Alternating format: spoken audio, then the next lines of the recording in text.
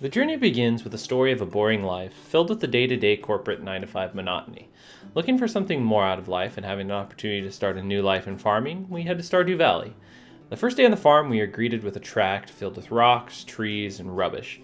The farm is a mess, and I suppose I am just the boy or girl for the task. So do these chores lead to a boring gaming experience, or is it a journey of fun and accomplishment? Well, let's take a look and see.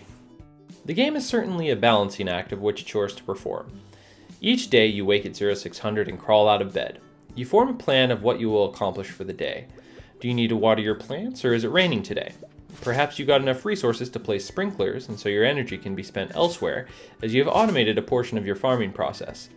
If all of the chores surrounding your crops are taken care of, do you have any animals that need to be fed? When all of the chores are taken care of, you may even have enough time left in your day to venture down into the mines and do some dungeon crawling. There are so many different ways to spend your time on the farm and in town that no 2 days are exactly the same. First, let's talk about the farming and crops. The game is based on a 4-season cycle of 28 days each. After the 28th day of the season, all of your crops will die and you will need to plant crops appropriate for that season.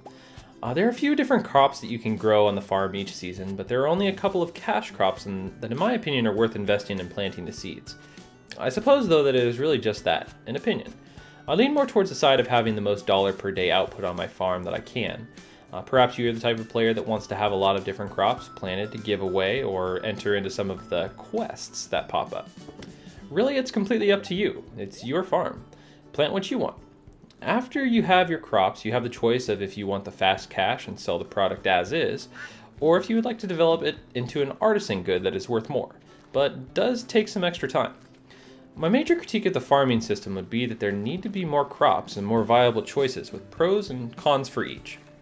As a part of crops, you also have the need for basic resources such as hay, wood, stone, etc. that can be found on your farm.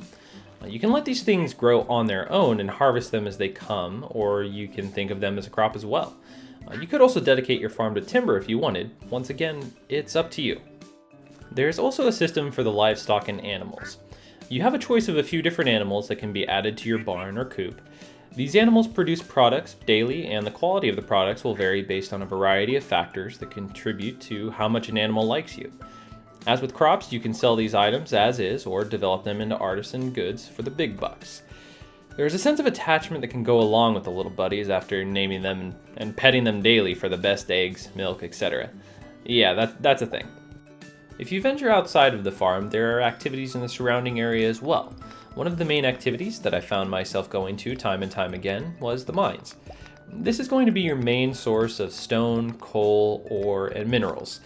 Each of these resources has a role towards advancing your farm or community in the town.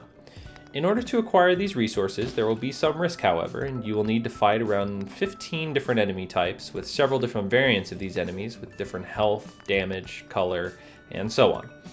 With the right equipment, the enemies are not too hard to beat, but if you don't have the right equipment, or if you forgot to bring along an item to heal your HP, things can get a little dicey. I find the mine to be a great time and like the resource trips to get those things. I need to fuel my success back on the farm after all. Fishing, foraging, and several smaller activities are available as well, but the last one that I would like to talk about now is the socialization. For the first 20 hours or so of the game, I didn't really put too much effort into the socialization.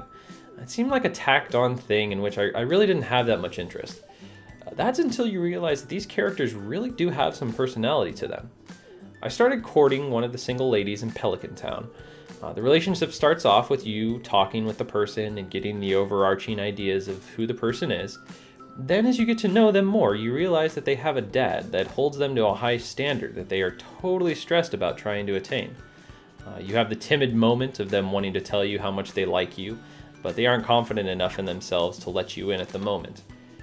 Don't want to spoil too much, but you get the idea. There's a lot of characterization to the inhabitants of Stardew Valley. I wasn't really interested to begin with, but now I'm intrigued to see where each of their stories may go. Lastly, let's talk about some of the mechanics and performance of the game itself. With regards to controls, it seems to handle pretty well. There are some times when the cursor will place something in an area that I didn't intend, but I think that is about 3/4 user error and bad habits on my part. With performance, the game can run at about 30 FPS on my potato of a netbook, and runs constantly stable at 60 FPS on my gaming PC. The only bug I came across caused the game to freeze in the museum as I was managing some of the inventory. That being said, the game runs really well for me on Windows 8 and Windows 10. So now to the original question. Do these chores lead to a boring gaming experience, or is it a journey of fun and accomplishment? I think I will definitely go with the latter. I've put just over 75 hours of playtime in my 2 saves of Stardew Valley. I am near what I would consider the end game, as most of my farm is taking care of itself. As that may be, I still have quite a few things to accomplish according to the wiki. I definitely plan to play more and can't wait to see what the developer has in store for further content of the game.